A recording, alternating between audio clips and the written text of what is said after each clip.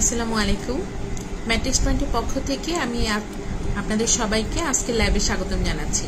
আমি ডক্টর নাহিদা, বর্তমানে ফেসবি রেসিডেন্ট হিসেবে আছি বঙ্গবন্ধু শেখ মুজিব মেডিকেল ইউনিভার্সিটিতে। FCPS পার্ট 1 করেছে গাইনি অ্যান্ড অবসে। আপনাদের সাথে আজকে আমাদের টপিক হচ্ছে স্পারমাটোজেনেসিস অ্যান্ড ওজেনেসিস। এই প্রিপারেশনটা আপনার কাজে লাগবে FCPS, residency, diploma, AFMI exam সবকিছুতেই আপনি এটা কমন পাবেন কোশ্চেন। এখান থেকে আপনাকে কি কি পড়তে হবে, যদি বেসিকের কথা বলি তাহলে এমব্রায়োলজিতে স্পারমাটোজেনেসিস, ওজেনেসিস এটা খুবই বেসিক, এটা দিয়ে আপনার পড়া শুরু হয় এবং এখান থেকে প্রচুর কোশ্চেনও হয়, MCQ, সিঙ্গেল বেস দুইটাই কোশ্চেন হয়। আর দ্বিতীয় কথা হচ্ছে যারা FCPS পার্ট 1 গাইনিতে পরীক্ষা দিবেন, আপনারা যদি সিলেবাস কালেক্ট করেন তাহলে দেখবেন পেপার 1-এ এমব্রায়োলজি একটা সিলেবাস আছে, ওখানে স্পারমাটোজেনেসিস, ওজেনেসিস আলাদা করে টপিক দেওয়াই আছে। তাহলে নর্মালি যে পড়াটা আপনি বেসিকের জন্য পড়বেন সেটার সাথে আপনি আপনার গাইনিয়ান অবসের বইটাকে মিলিয়ে ক্লিনিক্যাল পড়াটা কমপ্লিট করতে হবে। FCPS পার্ট 1 পরীক্ষাটা আগে 3 দিনে হতো, এখন একদিনে পরীক্ষা হয়। এটার একটা সুবিধা আছে, সুবিধাটা কি, আপনি 3টা পেপারই একসাথে কোরিলেট করে পড়তে পারবেন। বেসিকের সাথে যখন ক্লিনিক্যাল কোরিলেট করা শুরু করবেন, পড়াগুলো আপনার তখন বেশি স্যাচুরেটেড হবে, রেসিডুয়াল তত বেশি তৈরি হবে। আর আপনার হচ্ছে যখনই আপনি এগুলো যত পড়বেন, কোরিলেট করবেন, দেখবেন যে কনসেপশন তত ক্লিয়ার হবে, এক্সামের জন্য অনেক ইজি হবে। যে কোনো একটা প্রিপারেশন নেওয়ার জন্য মিনিমাম 6 মাস প্রিপারেশন খুবই দরকার। এই 6 মাসে যদি আপনি পড়াটা একবার গুছিয়ে ফেলেন তাহলে আস্তে আস্তে দেখবেন যে একবার দিচ্ছেন আপনি, যদি হয়ে যায় খুবই ভালো, ফার্স্ট টাইম বেস্ট টাই। কিন্তু ধরেন কোনো কারণে আপনার FCPS পার্ট 1 হলো না প্রথমবার, বাট পড়াটা আপনার গুছানো আছে, সেই ক্ষেত্রে আপনি ওই পড়াটা বারবার পড়ে পড়ে কিন্তু পরীক্ষা দিতে পারবেন। কিন্তু পড়া যদি না গুছানো থাকে, পরীক্ষার আগের দিন রাতে একবার আপনি গাইনি দত্ত খুলবেন, একবার অবস দত্ত খুলবেন, একবার এমব্রায়োলজি বেসিকের জন্য বই খুলবেন, একবার ল্যাংম্যান খুলবেন, একবার শিট খুলবেন, এগুলো এভাবে আসলে প্রিপারেশন হয় না। প্রিপারেশন আপনি কোশ্চেন সলভ করে সবগুলো জিনিসকে একই জায়গায় যখন কম্পাইল করবেন আর ক্লিনিক্যালি কোরিলেট করবেন তখন খুব ইজি হয়। আমরা আজকে জানবো স্পারমাটোজেনেসিস অ্যান্ড ওজেনেসিস। এখানের জন্য আমরা ফলো করব অবস দত্ত নিউ এডিশন চ্যাপ্টার 2। সবসময় আমি বলি যে আপনি এক্সক্লুশন ক্রাইটেরিয়াতে পড়াশোনা করতে হবে। যেহেতু আমরা FCPS পার্ট 1 গাইনিতে পরীক্ষা দিচ্ছি, তার মানে ওজেনেসিস সম্পর্কে আপনাকে ইচ অ্যান্ড এভরিথিং জানতে হবে এবং খুব ডিটেলস জানতে হবে। যখন আপনি ওজেনেসিস খুব ভালো করে জানবেন তখন স্পারমাটোজেনেসিস পড়ার পরে দেখবেন যে আপনার অনেক কিছু ইজি হয়ে যাবে। লাইভ শেষ করার পরে আমি এই রিলেটেড 2টা কোশ্চেন, একটা সিঙ্গেল বেস এবং একটা MCQ গ্রুপে পোস্ট করে দিব, আপনারা সবাই সেটা অ্যান্সার করার চেষ্টা করবেন। তাহলে আমরা সরাসরি এখন পড়ায় চলে যাই। আমরা ফলো করব গাইনিয়ান অবস দত্তের চ্যাপ্টার 2 থেকে আমরা বেসিক্যালি পড়াটা পড়ব। এই যে এই অংশটা হচ্ছে চ্যাপ্টার 2 এর।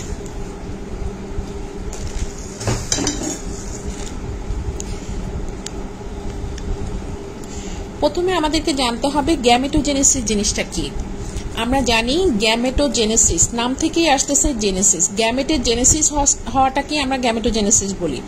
এখন গ্যামেটটা আসলে কিভাবে আসবে, এখানে মেল ফিমেল দুজন পার্টনারের কন্ট্রিবিউশনের দরকার আছে। মেল পার্টনার থেকে স্পারমাটোজেনেসিস দিয়ে স্পার্ম আসবে, ফিমেল পার্টনার থেকে ওজেনেসিস দিয়ে ওভাম আসবে। স্পার্ম এবং ওভাম যখন একসাথে ইউনাইট হবে তখন ফার্টিলাইজেশন হবে। ফার্টিলাইজেশন হয় ampullary reason of the Fallopian টিউবে। ফার্টিলাইজড ওভাম বা ফার্টিলাইজেশনের পরে যে ফার্টিলাইজড ওভাম আর স্পার্ম দুটো ইউনাইট হলো, সেটা গ্যামেট তৈরি করলো। তারপর এই গ্যামেটটা ইমপ্লান্টেশন হবে। ইমপ্লান্টেশন হবে posterior wall of the uterus near the ফান্ডাস। দুইটাই FCPS পার্ট 1 এর কোশ্চেন। দুটা জিনিস বললাম, ফার্টিলাইজেশন কোথায় হয় আর হচ্ছে ইমপ্লান্টেশন কোথায় হয়। এখন আমরা পড়বো হচ্ছে গ্যামেটোজেনেসিস, এটার মধ্যে আছে স্পারমাটোজেনেসিস, ওজেনেসিস। প্রথমে আমরা পড়বো ওজেনেসিস। ওজেনেসিস জিনিসটা কি, নাম থেকেই আমরা বুঝতে পারতেছি ডেভেলপমেন্ট অব দ্য ম্যাচিউর ওভামকে আমরা বলতেছি ওজেনেসিস। দেখেন অবস দত্তে 2টা চার্ট করা আছে, এটা হচ্ছে ওজেনেসিসের জন্য, এই জিনিসটা হচ্ছে স্পারমাটোজেনেসিসের জন্য। আমরা ওজেনেসিসটা খুব ভালো করে পড়বো, স্পার্মাটোজেনেসিস তখন অটো এক্সক্লুসিভ ক্রাইটেরিয়াতে চলে যাবে। তাহলে আমরা পড়বো কিভাবে? দেখেন, প্রথমে জানতে হবে ওজেনেসিস আসলে শুরু হয় কোথা থেকে। জার্ম সেল, এটা কি প্রাইমোরিয়াল জার্ম সেল অথবা প্রিমিটিভ জার্ম সেল, আপনি যেটাই বলেন না কেন, এই জার্ম সেল আমরা জানি যে এমব্রায়োলজিক্যালি ডেভেলপমেন্টে 3টা লেয়ার থাকে, এক্টোডার্ম, মেসোডার্ম, এন্ডোডার্ম। ওই এন্ডোডার্মের ইয়াক সেক ক্যাভিটি থেকে আসবে। তাহলে প্রিমিটিভ জার্ম সেলের ডেভেলপমেন্ট হবে ইয়াক সেক থেকে। এটা পরীক্ষায় অনেকবার কোয়েশ্চেন আসছে। কখন হবে? এই অরিজিনটা হয় এট the end of the 3rd উইকে। তাহলে 3rd উইকের শেষ এবং 4th উইকের শুরু। একটা কোশ্চেন আসছিল এমসিকিউতে, সেটা কি ছিল? 3rd to 4th week. তাহলে আপনি এখানে পাশে পাশে যেই লেখাটা ভেতরে লেখা আছে এটা পড়ে তার সামারিটা যদি এখানে করে রাখেন, তাহলে পড়ার সময় দেখবেন যে আপনার এই একটা চার্ট পড়লেই পড়া কমপ্লিট হয়ে যাবে।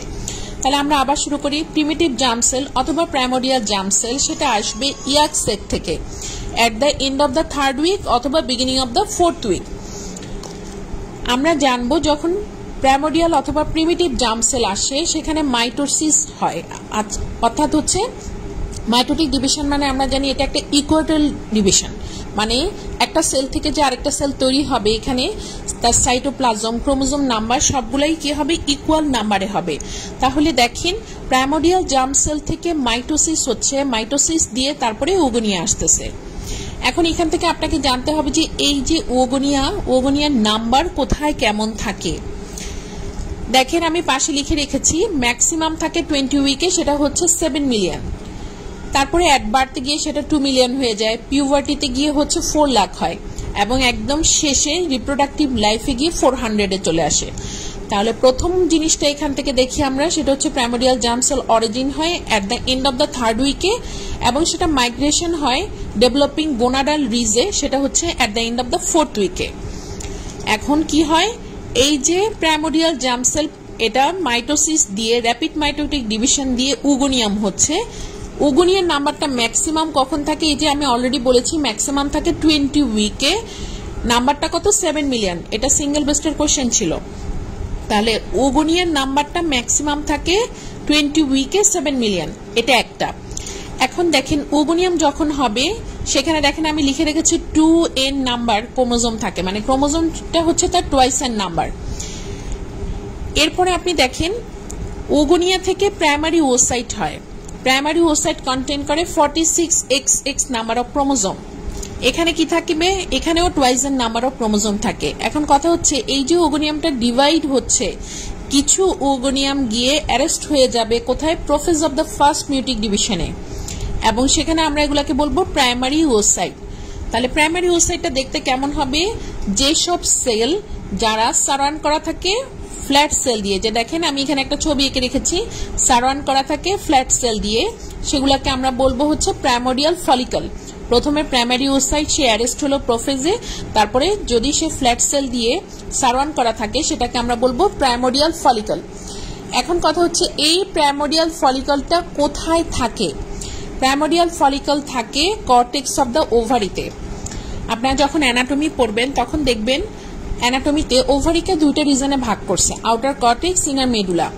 কর্টেক্সের সবগুলা হচ্ছে এই যে ফলিকলগুলা থাকবে, primordial follicle, primary follicle, secondary follicle, tertiary follicle. যখন এটা আরো বেশি গ্রোথ হবে তখন এটাকে আমরা বলবো গ্রাফিয়ান ফলিকল। এই আলটিমেটলি গ্রাফিয়ান ফলিকল যখন ওভুলেশন হয়ে তারপরে ওখান থেকে সেকেন্ডারি ওসাইট রিলিজ করবে, এটা গেল হচ্ছে প্রসেস, এটা কর্টেক্সে থাকে। আর মেডুলাতে কি থাকবে? মেডুলারি সাইনাস গুলা থাকবে, সেখানে ব্লাড ভেসেল এগুলা থাকবে। তাহলে দেখেন এই যে প্রাইমোরিয়াল ফলিকল সে কর্টেক্সে থাকে, এটাও কোশ্চেন আসছে। এরপরে আসেন বার্থ। বার্থে কি হয়? বার্থে গিয়ে একটা চেঞ্জ হবে, there is no mitotic division. Oogonium গুলো তখন রিপ্লেস হয়ে যায় প্রাইমারি ওসাইট দিয়ে।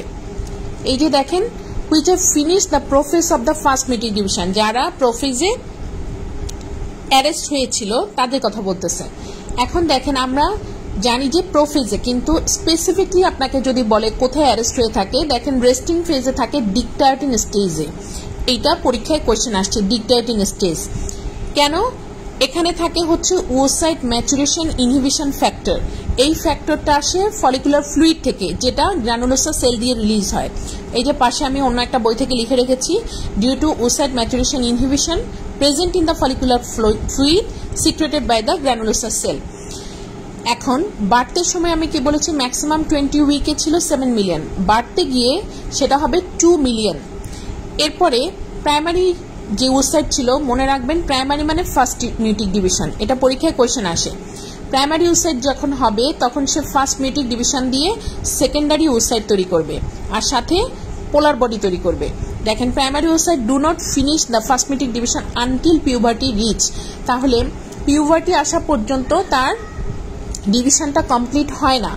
পিউবার্টিতে গেলে তখন oocyteর নাম্বার থাকে কত, 4 লাখ, আর যখন রিপ্রোডাক্টিভ লাইফে ঢুকে তখন তার নাম্বার হয় 400। এখন কথা হচ্ছে, এই যে প্রাইমারি oocyte সে ফার্স্ট মিউটিক ডিভিশনে গেল, তার কাজ কি?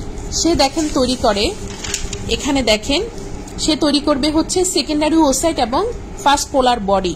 তার মাঝখানে অনেকগুলো স্টেপ হবে। প্রাইমারি মানে আমি মনে রাখতে বলছি মিউসিস 1। তাহলে দেখেন প্রাইমারি oocyte অ্যারেস্ট হবে first meiotic division up to puberty, কিসের জন্য? ডিউ টু OMI মানে oocyte maturation inhibition factor in prophase 1, পরীক্ষায় কোয়েশ্চেন আসছে। এরপরে দেখেন ম্যাচুরেশন হবে গ্রাফিয়ান ফলিকল, এটা আমি অলরেডি আপনাদেরকে বলছি মিক্স কিভাবে হবে। এরপরে কমপ্লিশন হবে ফার্স্ট মিউটিক ডিভিশন। এখন ফার্স্ট মিউটিক ডিভিশন কমপ্লিট হতে হলে তার আগে আপনাকে ওভুলেশন কমপ্লিট থাকতে হবে। দেখেন মিড সাইকেল LH সার্চ হয়, ইনিশিয়েট করে রিজার্পশন অফ দ্য মিউসিস 1। ওভুলেশন যদি কমপ্লিট না হয় কখনোই ফার্স্ট মিউটিক ডিভিশন কমপ্লিট হবে না। তাহলে completion of the first meiotic division হলো দুইটা প্রোডাক্ট আসলো, একটা হলো সেকেন্ডারি oocyte, একটা হচ্ছে ফার্স্ট পোলার বডি। প্রথমেই আমি বলেছিলাম মাইটোসিস যে সেটা হচ্ছে ইকুয়েশনাল ডিভিশন। ইকুয়েশনাল ডিভিশন তার মানে সবকিছু ইকুয়েশনালি আসবে, কিন্তু মিওসিস মানে হচ্ছে রিডাকশনাল ডিভিশন। তাহলে তার এখানে কিছু জিনিস রিডাকশন হয়ে যাবে। দেখেন আগে যেখানে টোয়াইস এর নাম্বার অফ ক্রোমোজোম ছিল সেটা এখানে এসে গেছে n সংখ্যক ক্রোমোজোম। সেকেন্ডারি oocyte সেখানে n সংখ্যক ক্রোমোজোম, আর ফার্স্ট পোলার বডি। এই দুটার মধ্যে সেকেন্ডারি oocyte এর সাইজটা একটু বড় হবে এবং ফার্স্ট পোলার বডি তার হচ্ছে সাইজটা কমে যাবে। এই জন্যই এটাকে বলা হয় রিডাকশনাল ডিভিশন। সেকেন্ডারি oocyteটা আবার অ্যারেস্ট হয়ে যাবে কোথায় গিয়ে, এই যে দেখেন মেটাফেজ 2 তে গিয়ে। এখন আপনি এখানে একটু আসেন, এই যে দেখেন এই অংশটা প্রাইমারি oocyte ফার্স্ট মিউটিক ডিভিশনে যখন যাবে সে সেকেন্ডারি oocyte একটা পোলার বডি তৈরি করে, দুইটাই আনইকুয়াল সাইজ, তাদের সাইটোপ্লাজম আর ক্রোমোজোমের নাম্বারটা আলাদা থাকে। এটা কেন? এটা আমি বলছি রিডাকশনাল ডিভিশন। তাহলে দেখেন ছোট যে অংশটা সেটাকে আমরা বলি পোলার বডি, আর বড়টা হচ্ছে সেকেন্ডারি oocyte। এই যে দেখেন এখানে স্ক্যান্টি সাইটোপ্লাজম থাকে পোলার বডিতে। এখন ওভুলেশন শুরু হয় আমরা সাধারণত জানি কখন, 14 ± 1 ডেতে। ওভুলেশন হবে হচ্ছে soon after the formation of the secondary oocyte। তাহলে এই কথাটা পরীক্ষায় অনেকবার আসছে, সেকেন্ডারি oocyte কখন হবে? ওভুলেশন কমপ্লিট হলে সেকেন্ডারি oocyte হবে, আর ওভুলেশনের আগে ফার্স্ট মিউটিক ডিভিশন হবে। এখন দেখেন সেকেন্ডারি oocyte কমপ্লিট করে, প্রথমে বলেছিলাম ফার্স্ট মিউটিক ডিভিশন মানে আপনি মনে রাখবেন প্রাইমারি oocyte, সেকেন্ডারি মানে হচ্ছে মিউসিস 2। তাহলে সেকেন্ডারি oocyte কমপ্লিট করবে সেকেন্ড মিউটিক ডিভিশন, এটা কি হোমোটিপিক্যাল। কোথায় হবে? Only after fertilization. Ovulation complete হওয়ার পরে ফার্স্ট মিউটিক ডিভিশন থেকে সেকেন্ডারি oocyte আসবে, তাহলে ওভুলেশনের আগে হবে মিউসিস 1। আর সেকেন্ডারি oocyte তৈরি হয়ে যাওয়ার পরে ফার্টিলাইজেশন না হওয়া পর্যন্ত সেকেন্ড মিউটিক ডিভিশন কমপ্লিট হবে না। ফার্টিলাইজেশন কোথায় হয় আমি অলরেডি বলেছি, ampullary region of the fallopian টিউবে হয়। এখন দেখেন এই যে সেকেন্ড মিউটিক ডিভিশনটা কমপ্লিট হলো, সেখানে কি তৈরি হবে? ওখানে তৈরি হবে হচ্ছে completion of the second meiotic division থেকে ফিমেল প্রোনিউক্লিয়াস আর হচ্ছে সেকেন্ড পোলার বডি। এই ফিমেল প্রোনিউক্লিয়াসেরই আরেকটা নাম হচ্ছে ম্যাচিউর ওভাম, যেটা পরীক্ষায় আসছিল। এখন ওভুলেশনের পরে ফার্টিলাইজড ওভামটা আপনার যেটা আসছে সেটা দিয়ে তো এই সাইকেলটা গেল, কিন্তু যেটা ফার্টিলাইজ হয় না সেটা কি হয়? ডিজেনারেশন হয়ে যায় উইদিন 24 আওয়ার্স, যেটা আলটিমেটলি কর্পাস অ্যালবিকান্স তৈরি করে। এই প্রসেসটা হচ্ছে ওজেনেসিসের প্রসেস। তাহলে আমি প্রাইমোডিয়াল জার্ম সেল অথবা প্রিমিটিভ জার্ম সেল থেকে পেলাম হচ্ছে ফিমেল প্রোনিউক্লিয়াস অথবা ম্যাচিউর ওভাম। এই প্রসেসটাকে আমরা বলতেছি ওজেনেসিস। এখানে 3টা ডিভিশন হয়, যখন প্রাইমোরিয়াল জার্ম সেল থেকে ওগোনিয়া আসে তখন সেটাকে আমরা বলি মাইটোসিস। প্রাইমারি ওসাইট যখন ডিভাইড হয় সেটাকে আমরা বলি মিউসিস 1। সেকেন্ডারি ওসাইট যখন ডিভাইড হয় তখন আমরা বলি মিউসিস 2। পিতে প্রাইমারি সেটা মিউসিস 1, আর হচ্ছে সেকেন্ডারির জন্য মিউসিস 2, সেটা হচ্ছে সেকেন্ডারি 2 মনে রাখবেন এটা। এই কোশ্চেনগুলো পরীক্ষায় আসছে। আর কি কোশ্চেন আসছে? ওগোনিয়াম সাধারণত থাকে 20 উইকে 7 মিলিয়ন, বাড়তে থাকে 2 মিলিয়ন, পিউবার্টিতে গিয়ে 4 লাখ এবং রিপ্রোডাক্টিভ লাইফে গিয়ে 400। প্রতিটাই কোশ্চেন আসছে। এতটুকু পর্যন্ত ছিল হচ্ছে ওজেনেসিস। এখন ওজেনেসিসের আলটিমেট ফেট হচ্ছে আপনি পেলেন একটা ম্যাচিউর ওভাম, তাহলে আপনাকে জানতে হবে এই ওভামের স্ট্রাকচারটা আসলে কেমন। দেখেন ম্যাচিউর ওভাম এটা হচ্ছে largest cell in the body. দেখেন এই কথাটা পরীক্ষায় আসছে, largest cell in the body. এটা কতটুকু? Almost 130 micron. এখানে কি কি থাকতে পারে আমরা জানি, যে কোনো সেলের স্ট্রাকচারে একটা নিউক্লিয়াস থাকে, সেলের সাইটোপ্লাজম থাকে। তাহলে দেখেন এখানেও একটা সাইটোপ্লাজম আছে, সেলের নিউক্লিয়াস আছে, কিন্তু সেই নিউক্লিয়াসটা এক্সেন্ট্রিক ইন পজিশন, এটা জানতে হবে। এই নিউক্লিয়াসটাই আলটিমেটলি প্রিমেল প্রোনিউক্লিয়াসে কনভার্ট হয়, সেটাকে আমরা ম্যাচিউর ওভাম বলি। এখন ওভাম যে সেল মেমব্রেনটা দিয়ে সারাউন্ড করা থাকে সেটাকে আমরা বলি ভিটেলাইন মেমব্রেন। আর এটা নিউক্লিয়াস কতটুকু থাকে? নিউক্লিয়াসের ডায়ামিটার হচ্ছে 20 থেকে 25 মাইক্রন। আর এখানে আরেকটা মিউকোপ্রোটিন লেয়ার থাকে। এই মিউকোপ্রোটিন লেয়ারটাকে আমরা বলি হচ্ছে জোনা পেলোসিডা। জোনা পেলোসিডা যদি থাকে তাহলে কি হয়? পলিস্পার্মিটা প্রিভেনশন হয়, মানে একটা স্পার্মই শুধু এন্টার করতে পারে, মাল্টিপল স্পার্ম এন্টার করতে পারে না। এই জোনা পেলোসিডা অনেকগুলা টিনি চ্যানেল দিয়ে পেনিট্রেটেড হয়। আর এদের কাজ হচ্ছে ম্যাটেরিয়াল ট্রান্সপোর্ট করে গ্রানুলোসার সেল থেকে ওসাইটের দিকে। তার আগে আমরা একটু এই ছবিটা দেখি। এই ছবিটাতে দেখেন সবার বাইরের যে লেয়ারটা সেটা হচ্ছে গ্রানুলোসার সেল, সেটা করোনা রেডিয়েটা। তারপর ভেতরের অংশটা এটা হচ্ছে জোনা পেলোসিডা, তারপরে পেরিভিটেলাইন স্পেস, ভেতরে আছে নিউক্লিয়াস। আর এটা হচ্ছে ফার্স্ট পোলার বডি। এখন কথা হচ্ছে এই যে পেরিভিটেলাইন স্পেস, এটার কন্টেন্টটা কি? এই পেরিভিটেলাইন স্পেসের কন্টেন্ট হচ্ছে পোলার বডি। এটা এফসিপিএস পার্ট 1 এর সিঙ্গেল বেস্টে অনেকবার কোশ্চেন আসছে। কি বললাম? পেরিভিটেলাইন স্পেস, এটার কন্টেন্ট হচ্ছে পোলার বডি। অনেকবার পরীক্ষায় কোশ্চেন আসছে। আপনাদের কারো যদি কোনো কনফিউশন থাকে আপনারা কমেন্ট বক্সে লিখতে পারেন, আমি অ্যান্সার দিব পরে। এরপরে আসেন, এই যে জোনা পেলোসিডা সেটা কোন ধরনের লেয়ার বলেছি? Glycoprotein layer. এটার কাজ কি? পলিস্পার্মি প্রিভেন্ট করা। প্রতিটা কথাই পরীক্ষায় আসছে। এখন দেখেন হিউম্যান ওসাইটে কি হয়? এরা যখন ফলিকল থেকে, গ্রাফিয়ান ফলিকল থেকে রিলিজ হয়, তারা কি হয়? গ্রানুলোসার সেল দিয়ে কভারিং হয়। এই গ্রানুলোসার সেলের কভারিংটাকে বলা হয় করোনা রেডিয়েটা। এই করোনা রেডিয়েটা আসে কমুলাস ওফুরাস সেল থেকে। এটুকু পর্যন্ত খুবই ইম্পর্টেন্ট, এটা পরীক্ষায় অনেকবার কোশ্চেন আসছে। এখন আমাদের সেকেন্ড পোর্শন হচ্ছে স্পারমাটোজেনেসিস। আমি একটা পোর্শন শেষ করেছি। আমি বলেছি যে ওজেনেসিস যদি কেউ খুব ভালো করে বুঝে তার জন্য স্পারমাটোজেনেসিস খুবই ইজি একটা জিনিস। এখন আসেন তাহলে এখানে কি আছে আমরা দেখি। স্পারমাটোজেনেসিস জিনিসটাই হচ্ছে জেনেসিস অফ স্পার্ম। কোথা থেকে? প্রাইমোরিয়াল জার্ম সেল থেকে স্পারমাটোজোয়া তৈরি হবে, সেটাকে আমরা বলি স্পারমাটোজেনেসিস। এখন কিভাবে হবে? দেখেন পিউবার্টির আগে এখানেও সেম প্রিমোরিয়াল জার্ম সেল, সেটা কি হবে? ইয়াকসেট থেকে আসে, সেখানে মাইটোসিস হয়, মাইটোসিস দিয়ে স্পারমাটোগোনিয়াম হবে। এই স্পারমাটোগোনিয়াম থেকে আসবে প্রাইমারি স্পারমাটোসাইট। ফিমেলদের জন্য আমরা বলেছিলাম যে 46XX আর মেলের জন্য হবে 46XY। এখানে 22 পেয়ার অটোসোম আর 1 পেয়ার হচ্ছে 6 ক্রোমোসোম। এই ক্রোমোজোমের লিখার প্যাটার্নটাও পরীক্ষায় কোশ্চেন আসছে। আপনারা অপস দত্ত পড়তে গেলে ভেতরে একটা লাইন লিখা আছে দেখবেন। ক্রোমোজোম লিখতে হলে প্রথমে তার অটোজোমাল নাম্বারটা লিখতে হয়, তারপর একটা কমা দিতে হয়, কমা দিয়ে তার সেক্স ক্রোমোজোমাল নাম্বারটা দিতে হয়। তাহলে এটাও পরীক্ষায় কোশ্চেন আসছে। এখন দেখেন এই যে প্রাইমারি ওসাইট, আপনি জানেন প্রাইমারি মানে first metric division. First metric division থেকে সে সেকেন্ডারি স্পারমাটোসাইট তৈরি হলো। তাহলে ফার্স্ট মেট্রিক ডিভিশন থেকে সেকেন্ডারি স্পারমাটোসাইট তৈরি হওয়ার পরে সে সেকেন্ডারি থেকে সেকেন্ড মেট্রিক ডিভিশন দিয়ে স্পারমাটিড হলো। এক থেকে আলটিমেটলি 4টা হলো, এক থেকে 2টা, 2টা থেকে 4টা। এটা হচ্ছে আলটিমেট ফেট। এটাকে আমরা বলি কি? স্পারমাটিড। কন্টেন্ট ছিল XY, তাহলে ও কি করবে? প্রতিটাই 23X 23Y করে ভাগ হবে। এই স্পারমাটিড থেকে পরে আলটিমেটলি কি হয়, স্পারমাটোজোয়া হয়। মরফোলজিক্যাল চেঞ্জেস টু স্পারমাটোজোয়া, এই প্রসেসটাকে বলা হয় কি, স্পার্মিওজেনেসিস।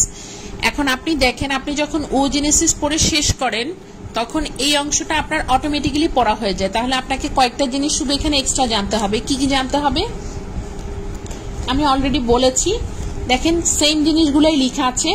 বলেছি প্রাইমোরিয়াল জার্ম সেল থেকে স্পার্মাটোগোনিয়াম আসবে, এই স্পার্মাটোগোনিয়ামের লোকেশন আপনাকে জানতে হবে। সে থাকে কোথায়, দেখেন সেমিনিফারাস টিউবিউলে থাকে, পরীক্ষা আসছে।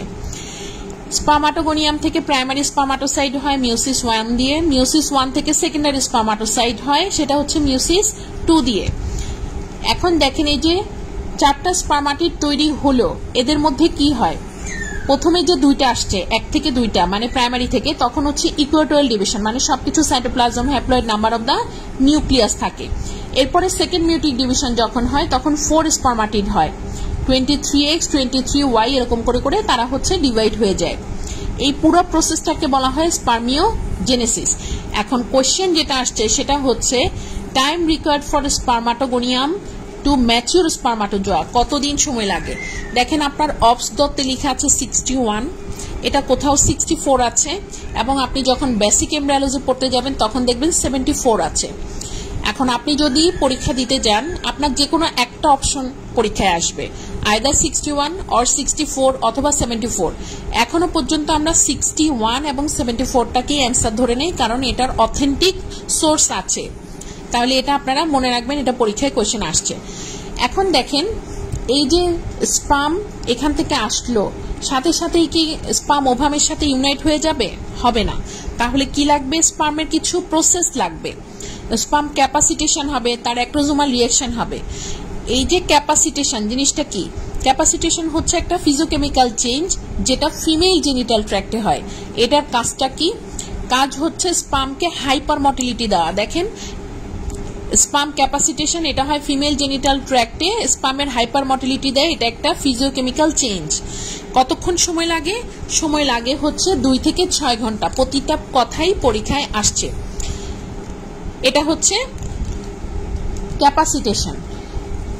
এখন আসেন অ্যাক্রোজোমাল রিঅ্যাকশন। ক্যাপাসিটেশন হওয়ার পরে এই যে চেঞ্জগুলো হয় সেটা কি দিয়ে হবে, সাইক্লিক্যাল এএমপি দিয়ে হয়। আলটিমেটলি সেলের ইন্ট্রাসেলুলার পিএইচটা বাড়ে। কিভাবে হবে, ইনফ্লাক্স অফ ক্যালসিয়াম হয়, ইনফ্লাক্স অফ হাইড্রোজেন আয়ন হয়। এখন দেখেন অ্যাক্রোজোমাল মেমব্রেন এটা কোথায় থাকে, স্পার্মের লেয়ারে। অ্যাক্রোজোমাল মেমব্রেনটা কি হবে, causes release of hyaluronidase hydrolytic enzyme and proacrosin acrosin. এটা পরীক্ষায় এমসিকিউতে কোশ্চেন আসছে। এদের কাজটা কি, এরা কি করে, স্পার্মকে হেল্প করে to digest the zona pellucida to enter the oocyte. আমি একটু আগে এখানে দেখিয়েছিলাম আপনাদেরকে, জোনা পেলোসিডা একটা গ্লাইকোপ্রোটিন লেয়ার, এটার কাজ হচ্ছে পলিস্পার্মি প্রিভেন্ট করা। তাহলে অ্যাক্রোজোমাল এনজাইমগুলো যখন রিলিজ হবে, ওই এনজাইমগুলো এই জোনা পেলোসিডা লেয়ারটাকে কি করে, ডিস্ট্রয় করার ট্রাই করে। তাহলে জোনা পেলোসিডার লেয়ারটা ডিস্ট্রয় হইতে হলে তাকে কিছু এনজাইম রিলিজ করতে হবে। সেই এনজাইমগুলো আসে কোথা থেকে, অ্যাক্রোজোমাল মেমব্রেন থেকে। সেটা কি কি আবার বলছি, একটা হচ্ছে হাইলুরোনিডেস, একটা হাইড্রোলাইটিক এনজাইম প্রোঅ্যাক্রোসিন, আর হচ্ছে অ্যাক্রোসিন। এখন হচ্ছে এই যে জোনা পেলোসিডার এটাকে লেয়ারটাকে ডিস্ট্রয় করে দিল, তখন স্পার্ম তার ওসাইটের সাথে মেলার যে পটটা সেটা তৈরি করতে পারলো। এটাকে বলা হয় অ্যাক্রোজোমাল রিঅ্যাকশন। এই অ্যাক্রোজোমাল রিঅ্যাকশনের সময় স্পার্মের কোন অংশটা আসলে ওভামের সাথে বা ওসাইটের সাথে গিয়ে লাগবে, ম্যাচিউর ফিমেল প্রোনিউক্লিয়াসের সাথে লাগবে। দেখেন লেখা আছে প্লাজমা মেমব্রেন। স্পার্মের শুধুমাত্র প্লাজমা মেমব্রেন ফিউজ হবে আউটার অ্যাক্রোজোমাল মেমব্রেনের সাথে। পরীক্ষায় কোশ্চেন আসছে অনলি প্লাজমা মেমব্রেন।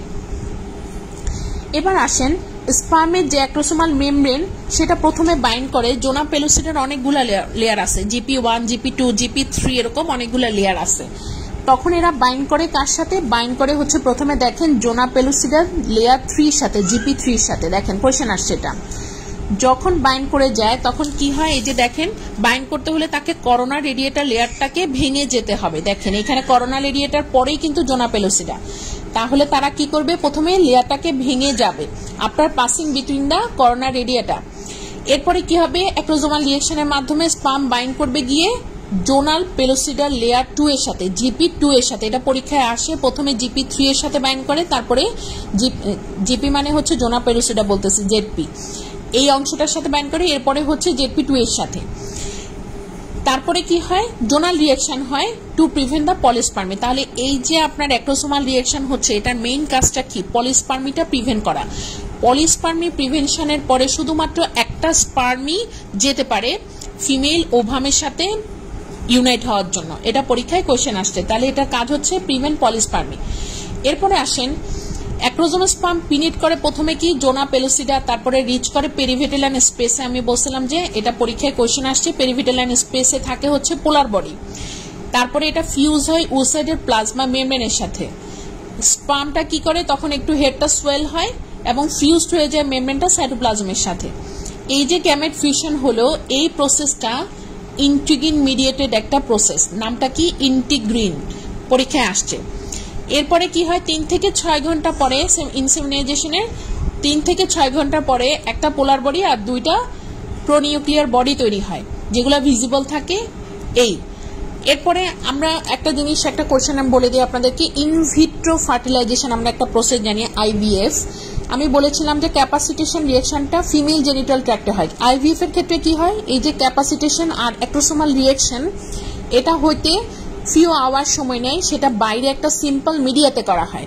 মিডিয়াতে করে তারপর সেটাকে ভেতরে দিয়ে দেওয়া হয়, মানে ইউটেরাসের ভেতরে দিয়ে দেওয়া হয়। এটা পরীক্ষায় কোশ্চেন আসছে। দেখেন IVF এর ক্ষেত্রে কি হয়, ক্যাপাসিটেশন আর হচ্ছে অ্যাক্রোসোমাল রিঅ্যাকশন, এটা ফিউ আওয়ার্স এর মধ্যে সিম্পল মিডিয়াতে করা হয়, তারপর সেখান থেকে ওয়াশ করে স্পার্মটাকে, মর্টাল স্পার্মটাকে দিয়ে দেওয়া হয় অ্যাডেড টু দ্য ওসাইট। এটা জানতে হবে। আর ইক্সি প্রসেস মানে IVF এরও অ্যাডভান্স প্রসেস, যাদের অ্যাস্থেনোজোস্পার্মি আছে, সরি অ্যাজোস্পার্মি আছে, মানে একেবারেই কাউন্ট নাই, তাদের জন্য IVF এরও অ্যাডভান্স প্রসেস ইক্সি আমরা ইউজ করি। সেখানে কি হয়, micro injection of the single sperm into the oocyte, এই জিনিসটা করা হয়। এই দুইটা MCQতে কোশ্চেন আসছে। এবার আসেন ম্যাচিউর স্পার্মাটোজোয়াতে কি থাকে। এটা দেখেন ম্যাচিউর স্পার্মাটোজোয়ার একটা স্ট্রাকচার। এখানে থাকে 2টা পার্ট, একটা থাকে হেড, একটা থাকে টেইল। হেডের যে অংশটা, এটা কনসিস্ট অফ কনডেন্সড নিউক্লিয়াস আর এই যে অ্যাক্রোসোমাল ক্যাপ। এই অ্যাক্রোসোমাল ক্যাপ দিয়েই কিন্তু মেইনলি অ্যাক্রোসোমাল রিঅ্যাকশনটা হয়। এখানে অ্যাক্রোসোমাল মেমব্রেন থাকে, মেমব্রেন থেকে এনজাইম রিলিজ হয়, তারপর সে হচ্ছে ওসাইডের প্লাজমা মেমব্রেনের সাথে গিয়ে লাগে। আর এখানে যে টেইল পোর্শনটা, এই টেইল পোর্শনটাকে ভাগ করা হয়। ভাগ করা হয় কিভাবে, neck, middle piece, principal piece আর এন্ড পিস। এখন কথা হচ্ছে, এই যে অ্যাক্রোসোম, এটা কিসে মানে বেশি রিচ থাকে, রিচ ইন এনজাইম। আমি অলরেডি আপনাদেরকে বলে দিয়েছি, অ্যাক্রোসোমাল মেমব্রেন থেকে এনজাইমগুলো যেগুলো আসে সেটা হচ্ছে হাইলোরেন্ডেস, হাইড্রোলাইটিক এনজাইম, প্রোঅ্যাক্রোসিন আর হচ্ছে অ্যাক্রোসিন। তাহলে এতটুকু ছিল আপনাদের সাথে স্পার্মাটোজেনেসিস এবং ওজেনেসিস। এই দুইটা অংশ থেকে আলটিমেট ফেট হচ্ছে স্পার্মাটোজেনেসিস থেকে এখান থেকে স্পার্ম আসবে, আর ওজেনেসিস থেকে ওভাম আসবে।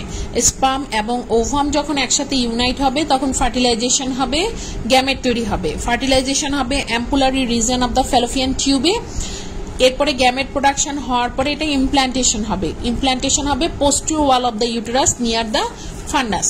এখান থেকে আপনারা আরেকটু ভালো করে ওভুলেশনটা পড়বেন। আমরা জানি ওভুলেশন হয় এলএস সার্চ দিয়ে, কিন্তু অবস দত্তে লেখা আছে শুধুমাত্র এলএস সার্চ না। দেখেন এলএস সার্চের সাথে FSH সার্চ হলে তখন ওভুলেশন হয়। এটা একবার পরীক্ষায় কোশ্চেন আসছিল। তাহলে শুধুমাত্র এলএস সার্চ হলে কিন্তু ওভুলেশন হবে না, FSHও সার্চ হয়।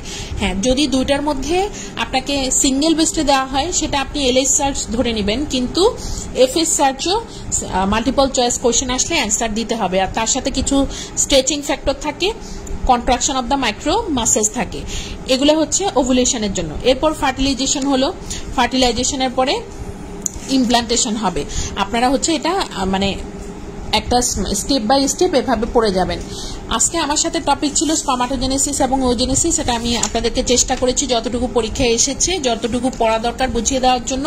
আপনারা পড়াটাকে সুন্দর করে গুছিয়ে ফেলবেন। আর হচ্ছে যদি কোনো কোয়েশ্চেন থাকে আজকের পড়ার বিষয়ে, তাহলে আপনারা কমেন্ট বক্সে লিখতে পারেন অথবা আমাকে পার্সোনালি মেসেজ দিয়ে জানাতে পারেন। আমি চেষ্টা করব আপনাদের কোয়েশ্চেনের অ্যান্সার দেওয়ার জন্য। আর আরেকটা কথা হচ্ছে, পড়াশোনাটাকে আপনি যত ইজি করে নেবেন, যত মানে গুছিয়ে পড়তে পারবেন। দেখেন আমি যতটুকু বলেছি এখানে অলমোস্ট 3 থেকে 3.5 পেজ, কিন্তু আপনি ওই পড়াটাকে যদি একটা চার্টের মধ্যেই গুছিয়ে নিয়ে আসেন তাহলে পরীক্ষার সময় আপনার পড়াটা রিভাইজ করতে অনেক কম সময় লাগবে।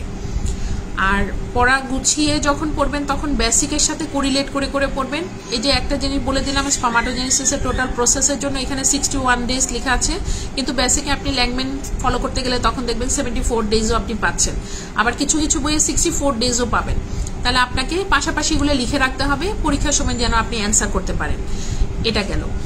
আর স্পার্মাটোজেনেসিস ওজেনেসিস সম্পর্কে যদি কোনো কোয়েশ্চেন থাকে সেটা আপনি আমাকে জিজ্ঞেস করতে পারেন, আমি অ্যান্সার দেওয়ার চেষ্টা করব। লাইভ শেষে এই টপিকের উপরে 2টা কোয়েশ্চেন, একটা এমসিকিউ আর একটা সিঙ্গেল বেস্ট আমি পোস্ট করে দিব, আপনারা সবাই অ্যান্সার করবেন। তাহলে আজকে এতটুকুই, সবাইকে অনেক অনেক ধন্যবাদ। আসসালামু আলাইকুম।